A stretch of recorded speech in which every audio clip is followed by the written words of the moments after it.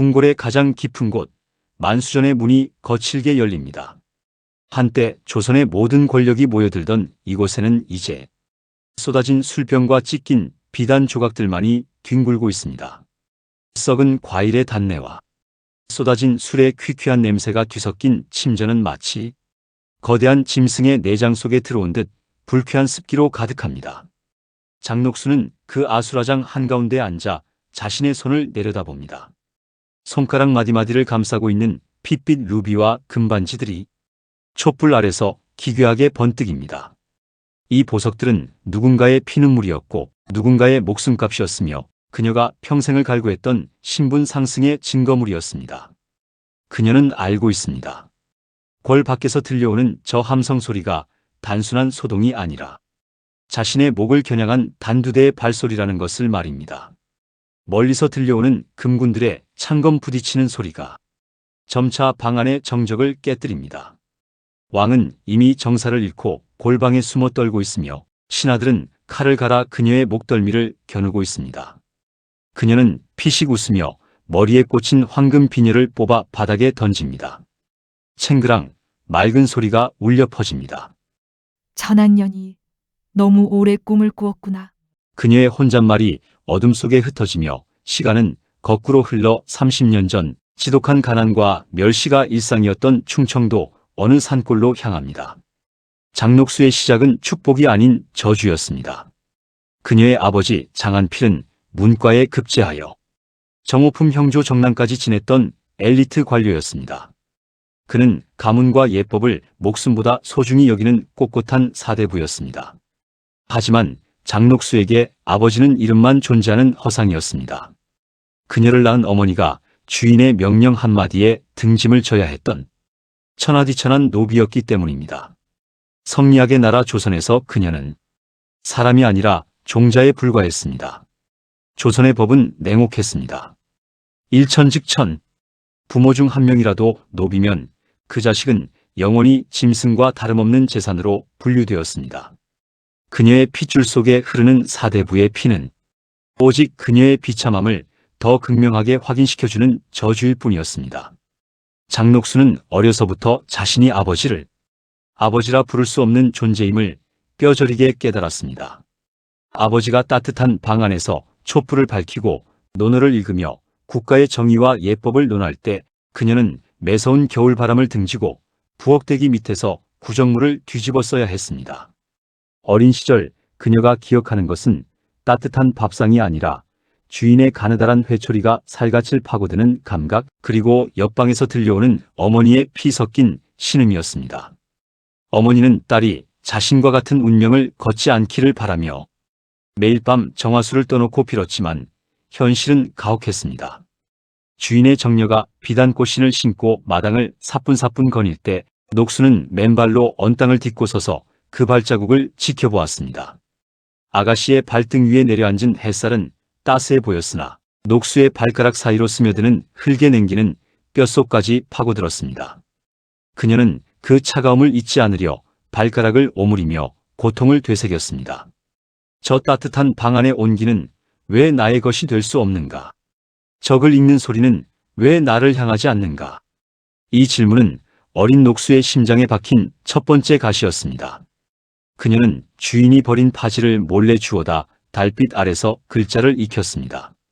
손톱이 깨지고 손가락이 터져도 그녀는 흙바닥에 글자를 새기며 직무를 키웠습니다. 어느 날 아버지가 세상을 떠나자 그나마 희미하게 존재하던 양반가의 혈통이라는 보호막마저 사라졌습니다. 가문은 풍비박산났고 장녹수와 그녀의 어머니는 빚 대신 다른 집으로 팔려가야 했습니다. 노비 시장에 내던져진 그녀는 주인의 손가락질에 따라 값이 매겨지는 물건에 불과했습니다. 장사꾼들은 그녀의 입을 벌려 이빨을 확인하고 옷을 들춰 몸집을 살폈습니다. 주인은 어린 녹수를 보며 이녀는 눈빛이 영악하니 길들이기 힘들겠다며 쇠사슬을 채워 헛간에 가두었습니다.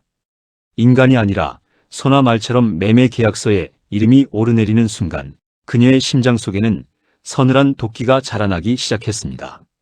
그녀는 흙바닥에 박힌 손톱 사이로 까만 흙을 씹으며 맹세했습니다. 반드시 저 아가씨의 비단신을 내 발밑에 두겠노라고, 내 어머니를 때린 저 손들을 모두 잘라버리겠노라고 말입니다. 장녹수는 성장할수록 자신의 몸이 가진 치명적인 힘을 이해하게 되었습니다. 거친 무명옷을 입고 있어도 사내들의 시선은 그녀의 가녀린 목덜미와 앳된 얼굴, 그리고 묘하게 사람을 끄는 눈빛에 머물렀습니다. 16살의 녹수는 첫 번째 주인집의 노비와 강제로 혼인당했습니다. 조선 사회에서 노비의 혼인은 사랑이 아니라 주인의 재산을 늘리기 위한 생산수단에 불과했습니다. 그녀는 짐승처럼 남편이 된 사내에게 던져졌습니다. 그곳에서 아이를 낳았지만 평범한 여인의 삶은 그녀의 불타는 야망을 채우기엔 턱없이 부족했습니다. 그녀는 아이를 품에 안고서도 축복을 느끼지 못했습니다. 아이의 울음소리는 그녀에게 모성애가 아니라 자신을 평생 가난과 종살이에 묶어두는 쇠사슬의 비명이었습니다.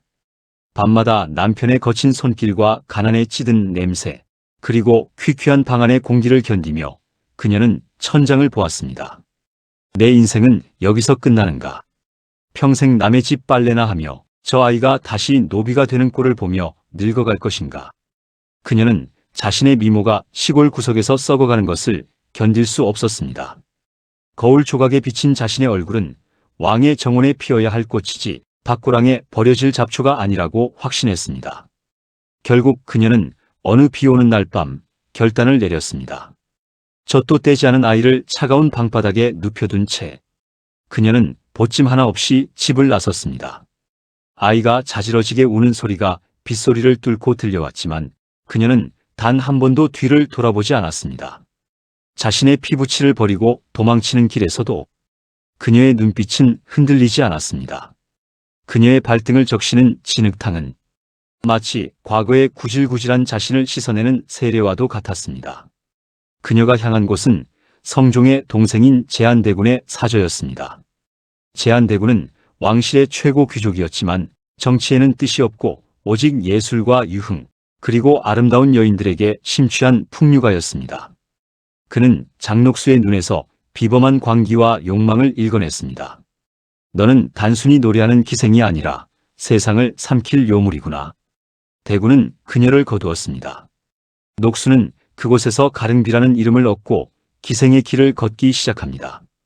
그것은 단순히 노래를 배우는 것이 아니라 천민의 껍데기를 완전히 벗어던지고 권력의 핵심으로 침투하기 위한 치밀하고도 잔혹한 위장이었습니다.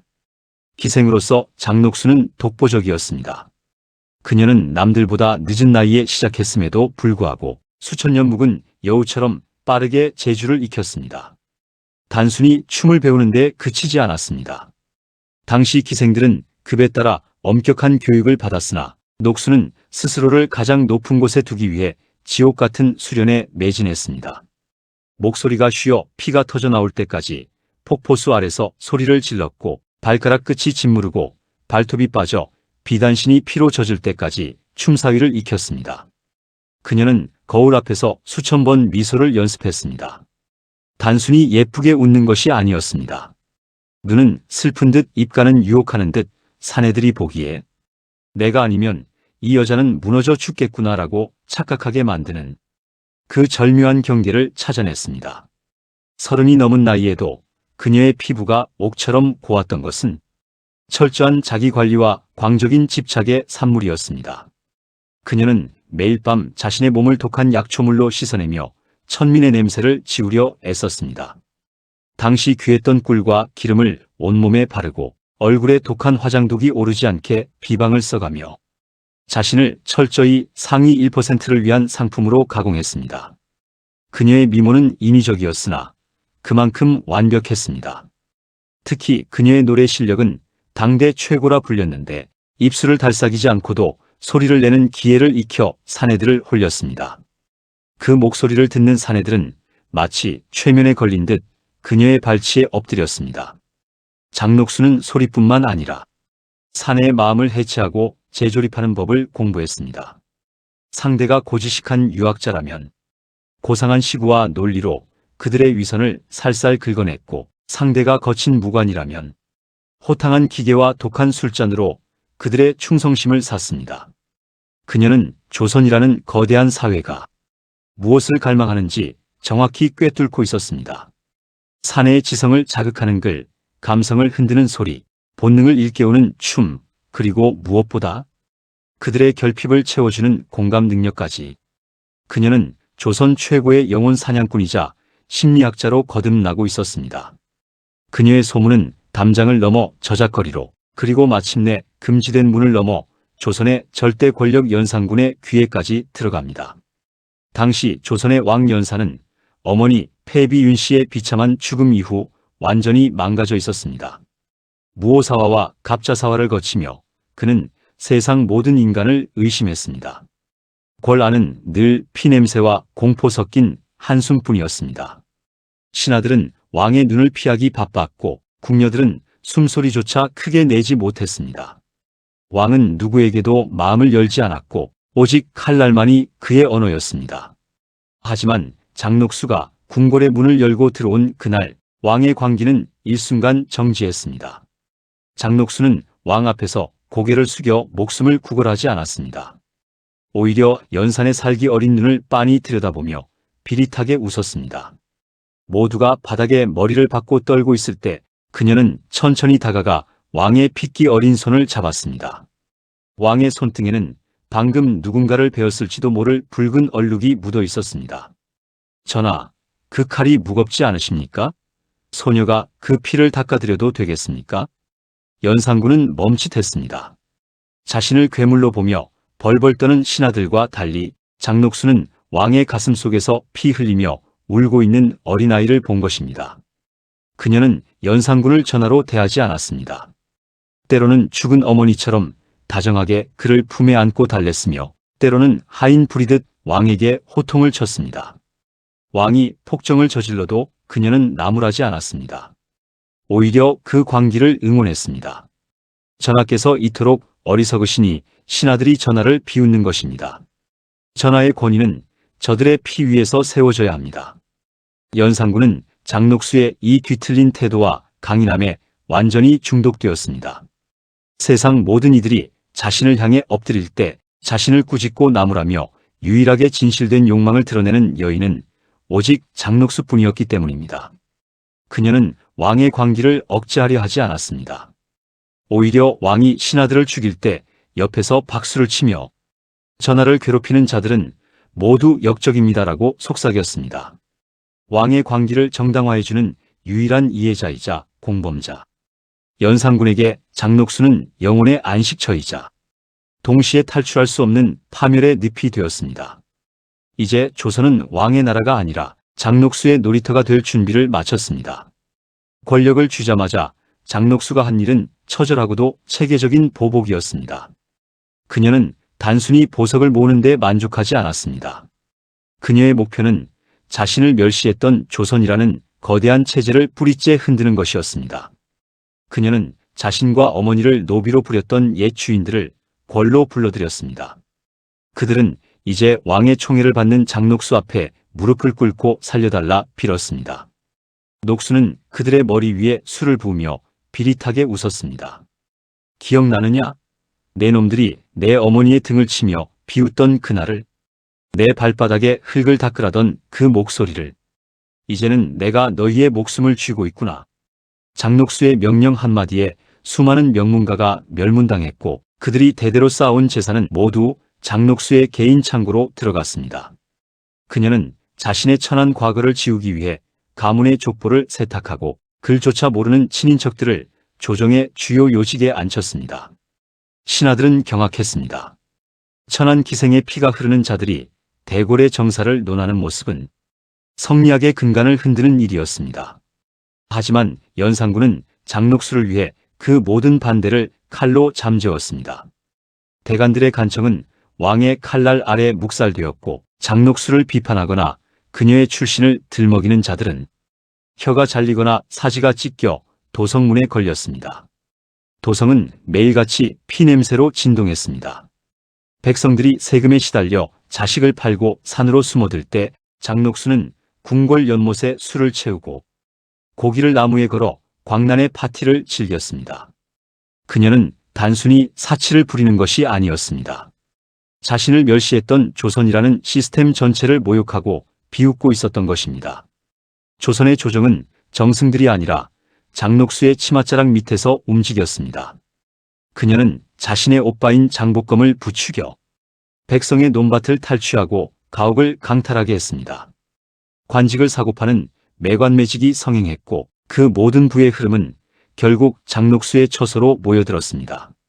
그녀는 황금으로 장식된 방에 앉아 백성들의 통곡 소리를 배경음악 삼아 술을 마시며 승리감에 취했습니다. 장녹수의 야망은 단순히 왕의 사랑에 머물지 않았습니다. 그녀는 조선을 자신의 취향대로 재편하기 시작했습니다.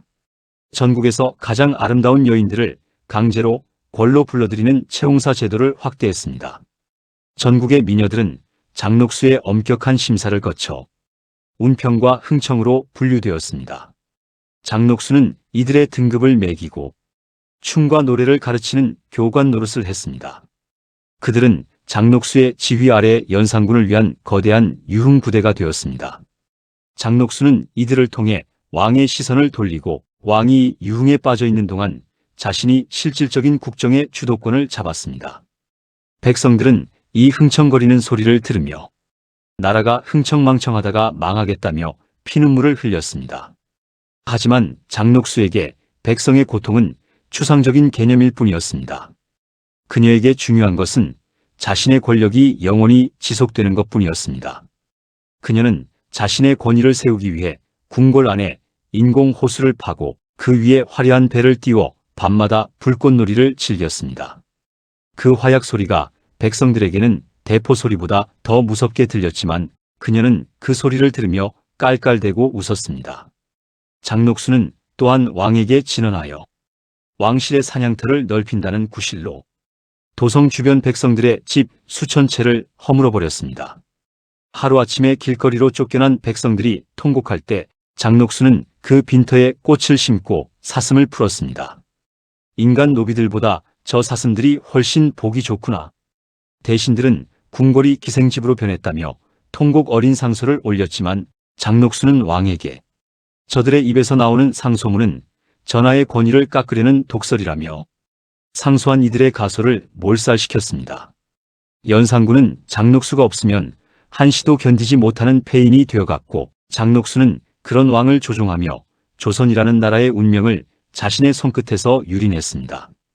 그녀는 보석으로 치장된 가마를 타고 도성을 지나며 자신을 향해 엎드린 백성들을 보았습니다. 과거 흙바닥에 코를 박고 있던 어린 소녀는 이제 조선의 정점에 서서 세상을 내려다보고 있었습니다. 하지만 그녀는 놓치고 있었습니다. 가장 낮은 곳에서 시작된 백성들의 분노가 횃불이 되어 궐문 앞까지 다가오고 있다는 사실을 말입니다. 그녀의 화려한 드레스 밑단은 이미 죽어간 이들의 핏물로 젖어 있었지만 그녀는 오직 더 큰 보석과 더 화려한 연회만을 갈망했습니다. 역사상 유례없는 이 탐욕의 서사시는 이제 피할 수 없는 파멸의 한복판으로 걸어 들어가고 있습니다. 연산 12년 가을, 도성의 공기는 평소와 달랐습니다. 겉으로는 화려한 연회가 매일같이 이어졌습니다. 하지만 그 기저에는 썩은 고름이 터지기 직전에 팽팽한 긴장감이 감돌고 있었습니다. 장녹수의 처소인 보평청은 전국에서 상납된 진상품으로 발 디딜 틈이 없었습니다. 자기 함에는 주먹만 한 진주들이 굴러다녔습니다. 벽면은 귀하다는 항나비단으로 도배되어 있었습니다. 방 안에는 진한 침향 냄새가 진동했습니다. 하지만 그 향기는 기이하게도 죽은 이의 몸에서 나는 악취를 가리려는 듯 불쾌한 습기를 머금고 있었습니다. 장녹수는 평소보다 더 자주 거울을 보았습니다. 그녀는 거울 속에 비친 자신의 눈동자가 미세하게 흔들리는 것을 보았습니다. 권력의 최정점에 서 있었으나 발밑에서 느껴지는 진동은 숨길 수 없었습니다. 그녀는 하얀 가루를 얼굴에 덧칠했습니다. 주름 하나 허용하지 않겠다는 광기 어린 집착이었습니다. 하지만 분가루 사이로 비치는 눈빛은 이미 초조함에 잠식되어 있었습니다. 궁궐 내부의 밀정들이 보고하는 소식은 매일같이 불길해졌습니다. 성희안과 박원종이 밤마다 회합을 갖는다 하옵니다.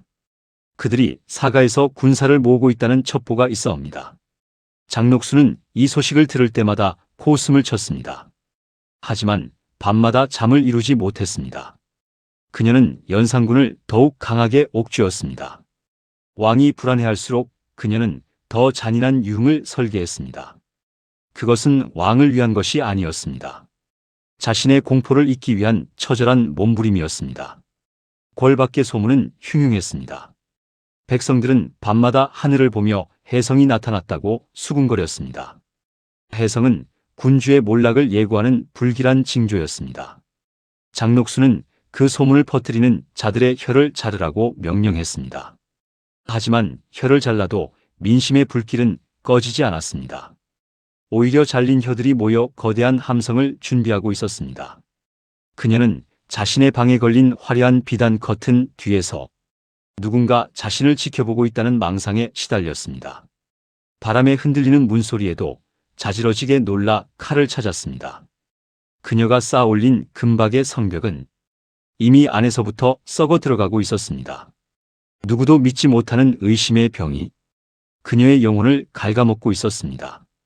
1506년 9월 1일 밤, 하늘에는 달조차 숨어버린 지독한 어둠이 깔렸습니다. 만수전에서는 여느 때와 다름없이 광란의 연회가 벌어지고 있었습니다. 장녹수는 왕의 옆에 앉아 금잔에 술을 가득 부었습니다. 그녀는 간드러진 목소리로 노래를 불렀습니다. 춤추는 흥청들의 몸짓은 기괴할 정도로 격렬했습니다.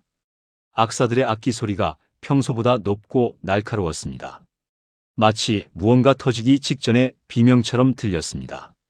연산군은 술에 취해 비틀거리며 그녀의 어깨에 기대어 있었습니다. 그때였습니다. 멀리서부터 시작된 희미한 땅울림이 들려왔습니다. 그 울림은 점차 거대한 파도 소리로 변했습니다. 바닥에 놓인 술잔 속의 액체가 미세하게 파동을 그렸습니다. 와! 하는 함성이 대궐의 높은 성벽을 넘어 침전까지 들이닥쳤습니다. 술잔을 들고 있던 연산군의 손이 멈췄습니다. 그의 눈동자에 공포가 어렸습니다. 저 소리가 무엇이냐? 감히 누가 궐 안에서 소란을 피우는 것이냐? 왕의 물음에 장녹수는 비릿하게 웃었습니다. 전하를 사모하는 백성들이 풍악을 울리는 것이니 신경 쓰지 마옵소서. 오늘 밤은 오직 소녀와 함께 취하시면 됩니다. 그녀는 떨리는 손으로 왕의 잔을 다시 채웠습니다. 하지만 그녀의 목소리는 평소보다 한 옥타브 높았습니다. 입술은 경련하듯 떨리고 있었습니다. 함성은 순식간에 궐 문 앞까지 다가왔습니다. 박원종과 성희안이 이끄는 반정군이 궁궐의 서문을 깨부수고 들어온 것입니다. 철퇴로 문을 내리치는 소리가 궐 안의 정적을 무참히 찢어발겼습니다. 금군들은 이미 칼을 거꾸로 쥐고 반정 세력에 가담한 뒤였습니다. 왕의 충성스러운 개라고 믿었던 내관들도 하나둘씩 어둠 속으로 자취를 감췄습니다. 화려했던 촛불들이 복도 끝에서부터 바람에 일렁이다 하나씩 꺼지기 시작했습니다. 어둠이 파도처럼 밀려왔습니다. 만수전은 순식간에 공포의 도가니로 변했습니다. 장녹수는 그 아수라장 속에서도 자리를 뜨지 않았습니다. 그녀는 꼿꼿하게 앉아 타오르는 촛불을 노려보았습니다. 그녀는 이미 알고 있었습니다. 도망칠 곳은 이 지옥 같은 세상에 더 이상 존재하지 않는다는 것을 말입니다. 자신의 화려했던 연극이 막을 내리고 있음을 직감했습니다. 반정군이 침전 입구까지 들이닥쳤습니다. 무거운 갑옷 부딪히는 소리가 복도를 가득 채웠습니다. 연산군은 꼴사납게 뒷문으로 달아나려 했습니다. 녹수야, 이를 어쩌면 좋으냐? 저들이 나를 죽이러 온다. 평소 백성들을 벌레처럼 죽이던 왕의 기계는 온데간데 없었습니다. 오직 살고 싶다는 짐승 같은 본능만이 그의 눈을 지배했습니다. 장녹수는 달아나는 왕의 비굴한 뒷모습을 보며 낮게 웃었습니다. 그 웃음은 울음보다 더 처절했습니다. 저자가 내가 평생을 걸고 지켜온 용이었던가? 고작 저런 겁쟁이 사내의 품에서 내가 조선을 호령했단 말인가? 그녀는 왕의 도포자락을 붙잡지 않았습니다. 오히려 그가 비참하게 도망치도록 내버려 두었습니다. 그것이 그녀가 왕에게 줄 수 있는 마지막 경멸이었습니다. 반정군의 장수들이 칼을 빼들고 침전으로 들이닥쳤습니다. 문이 떨어져 나가며 먼지가 자욱하게 일었습니다. 장녹수는 홀로 연회석 자리에 앉아 있었습니다. 그녀는 흩어진 머리칼을 천천히 정리했습니다. 손가락 끝으로 머리카락 사이사이를 매만졌습니다. 이마에 박힌 붉은 루비를 손으로 가볍게 쓰다듬었습니다. 군사들의 거친 숨소리가 방 안을 가득 채웠습니다. 창검이 부딪히는 날카로운 금소금이 귀를 찔렀습니다. 횃불의 검은 연기가 천장의 화려한 그림을 뒤덮었습니다. 나라를 망친 요물, 장녹수는 어디 있느냐? 장수의 외침에 녹수는 고개를 들어 그를 보았습니다. 그 눈빛은 공포에 질린 여인의 것이 아니었습니다. 오히려 사냥감을 비웃는 포식자의 눈빛이었습니다. 내가 여기 있다. 천한 기생년의 치맛자락에 조선이 무너졌다고 믿고 싶은 가련한 사내들아. 그녀는 천천히 일어나 그들 앞에 섰습니다. 비단 옷자락이 바닥을 끄는 소리가 정적 속에 크게 울렸습니다. 어서 내 목을 치거라. 너희의 정의가 고작 계집 하나를 죽이는 것이냐? 그녀의 조선은 칼날보다 차가웠습니다. 반정군들은 그녀의 기세에 잠시 멈칫했습니다. 그들의 손에 든 칼날이 미세하게 떨렸습니다. 하지만 이내 한 병사가 그녀의 양팔을 거칠게 잡아 바닥으로 내팽개쳤습니다.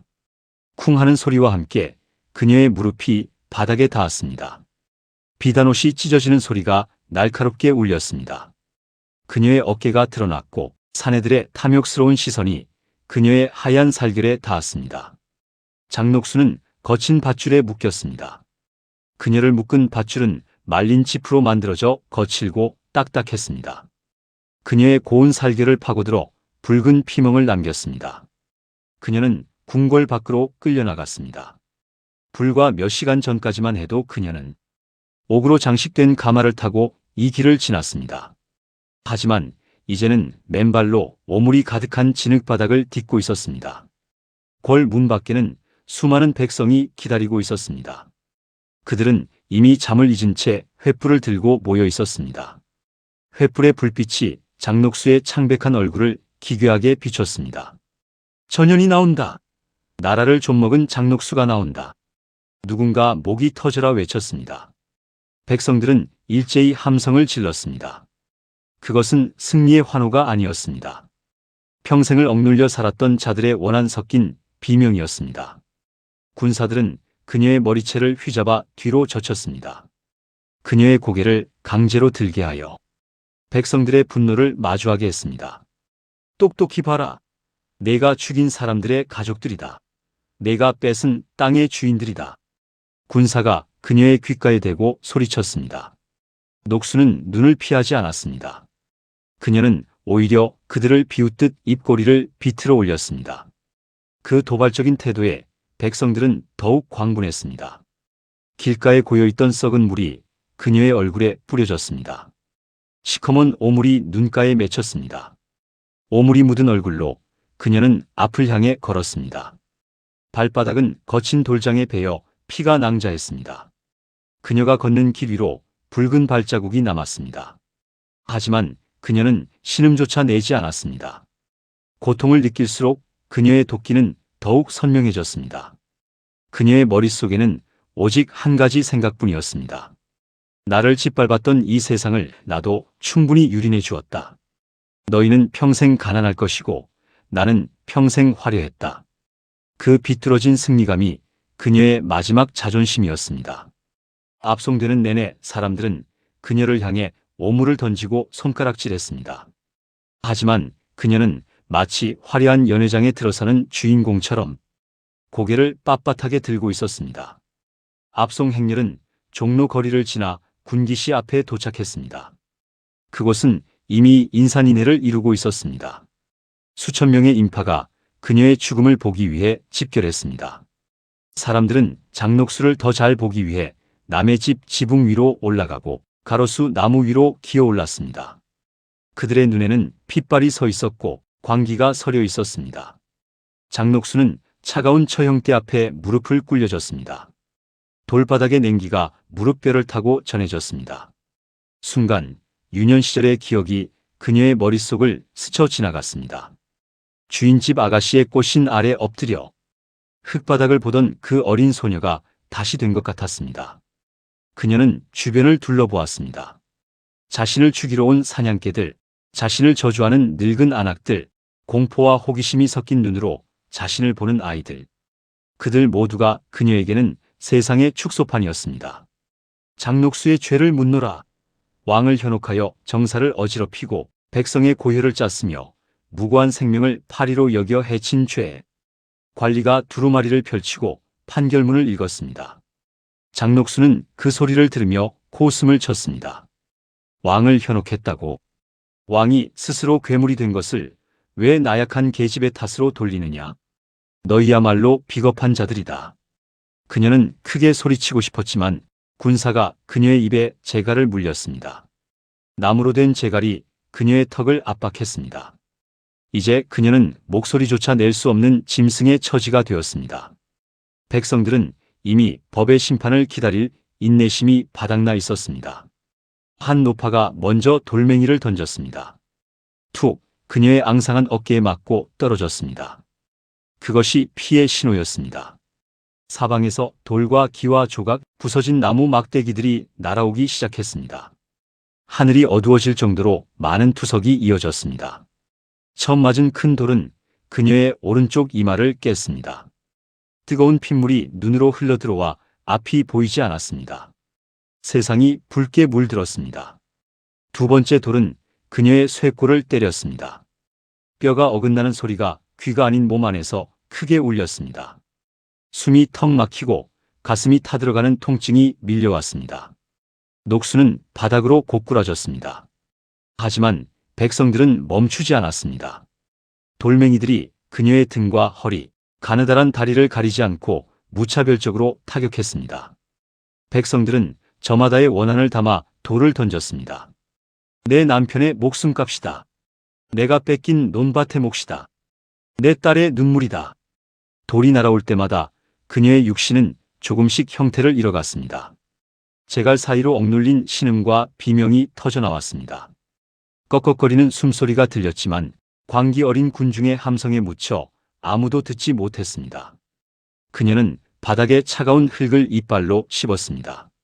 입안 가득 흙과 피의 맛이 뒤섞였습니다. 이것이 내가 그토록 갈구하던 권력의 끝인가?